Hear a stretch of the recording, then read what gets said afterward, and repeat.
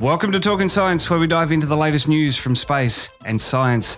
The CSIRO's Dr Amy Parker is here to explain how Australia now has direct access to time on an Earth observation satellite. Dr Parker, thanks for your time. Good morning. Great to speak to you today.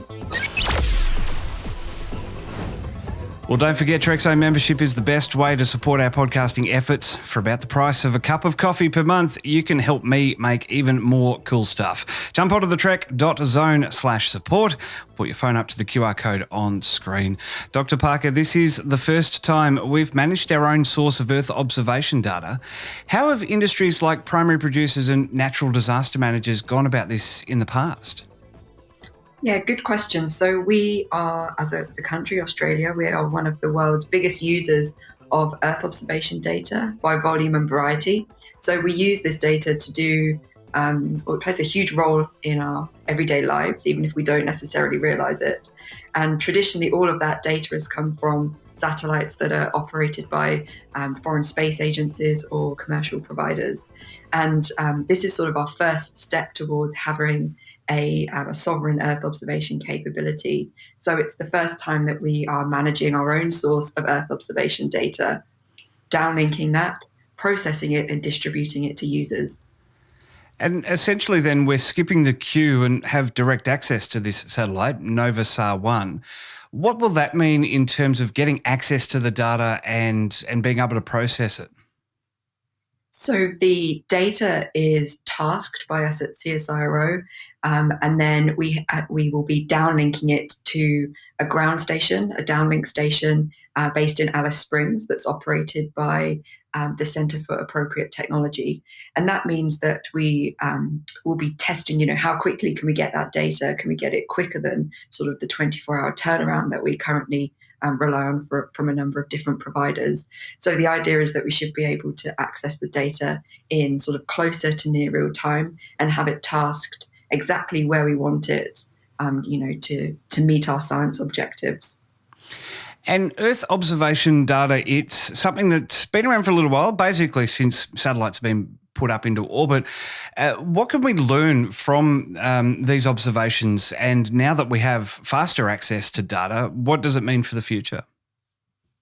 Yeah, so I think that, we've gone from having sort of monthly repeats of satellites. So it would take 30 or 40 days to deliver you another image, and it would be a pretty slow process of getting that data, to now, some satellites are offering data on sort of an hourly basis, imaging. Oh, wow. It's pretty impressive, the amount of data coming down. But then that in itself, is another challenge. So how do we actually cope with these huge volumes of satellite data and extract value from them? And that's why we've really seen sort of the uptake of AI and machine learning technologies when it comes to Earth observation data, to actually be able to extract value from such huge quantities of imagery. Now, you're the Satellite Operations and Data Manager at the CSIRO. Adding NovaSAR 1 means another string in the bow of research infrastructure for the agency across this great country. What does it mean to you, especially, to now be able to provide this Earth observation data? So the type of data that comes from NovaSAR is satellite radar imagery. And it's something that I've worked with for sort of over 10 years in my own research, but it's actually a source of data that's not been used very widely in Australia. And partly that's been because for a long time, the imagery just wasn't there to actually use. And then in 2016, we had the European Space Agency launch a satellite called Sentinel-1, and that provides us with sort of really operational, consistent coverage across the nation. And now we also have NovaSAR. And the sensor on board NovaSAR is slightly different to any other radar satellite that's in operation. So it's a great sort of technology demonstrator and a great piece of infrastructure to use for science. But for me, it's really exciting to see that, now we will actually have a greater uptake of this data, because it's an extremely powerful source of imagery. When you look at it, it looks like a black and white image. It's not necessarily as sexy as some of the other Earth observation data sets, but it can see through clouds, it can see through smoke, and it really senses the structure of objects on the ground. So it's a really powerful source of data. And very handy too, I think, being able to see through the clouds and through the heavy rain as well, getting that data through, the radar data through, critical as well in disaster management and planning, I guess, in terms of like we can look back in our recent history of the devastating bushfires on the East Coast last year, sort of, I guess, being able to analyse that and predict how things are going to happen and where things are going to happen.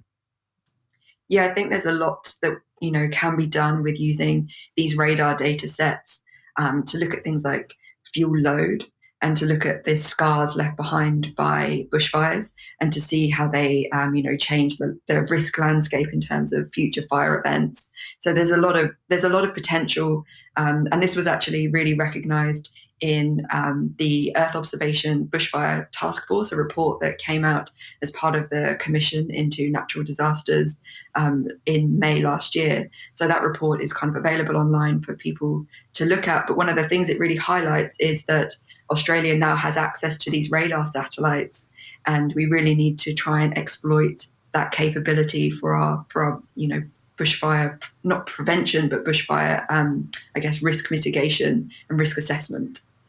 And I believe there are already 1,000 images in the database, and people can apply for satellite time as well right now. That's correct. Yeah. So all of the data that we collect is free and open access. So you can go onto our website and there is a data hub where all of the data is available, and you can navigate around the map, select your area that you're interested in to see if data has already been collected, and then download it straight from that hub. And then for researchers who are interested in having new imaging tasked over their specific area. So if you're interested in looking at, a Lake Argyll, you can navigate to Lake Argyll and submit a science proposal to us through our system called OPAL. And really we're approaching this in the same way that we manage time on our telescope infrastructure.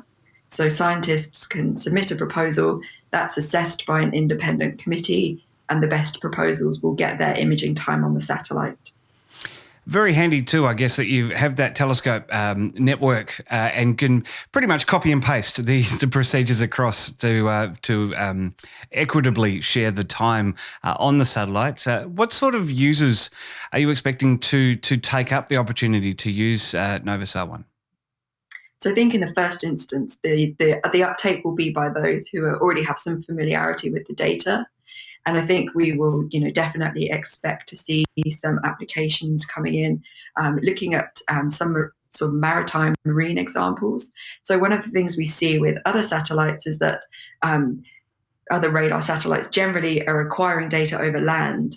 So it kind of goes up to a certain number of kilometers away from the land, and then it will just stop imaging and they will turn off or turn into kind of a different imaging mode. Whereas with NovaSAR, we are able to collect data over, parts of the ocean within our capacity share, so small parts of the ocean, and actually be able to test NovaSAR for things like ship identification or ship detection, and then looking at things like storms over the ocean. So we'd be really interested to see proposals that come in for those types of applications. And then obviously things like looking at land cover classification, looking at crop mapping and crop monitoring as well. Very exciting stuff indeed, Dr. Parker. Good luck with NovaSAR 1. Awesome to see it added to Australia's repertoire. It's going to be very useful, I'm sure. Thanks for beaming into Trekzone today. It's a pleasure. Thanks for chatting. Keep up to date with Twitter. Catch new podcasts daily on YouTube. Plus, we're beaming to your favourite podcast app 5 days a week. Just search for Trekzone and subscribe.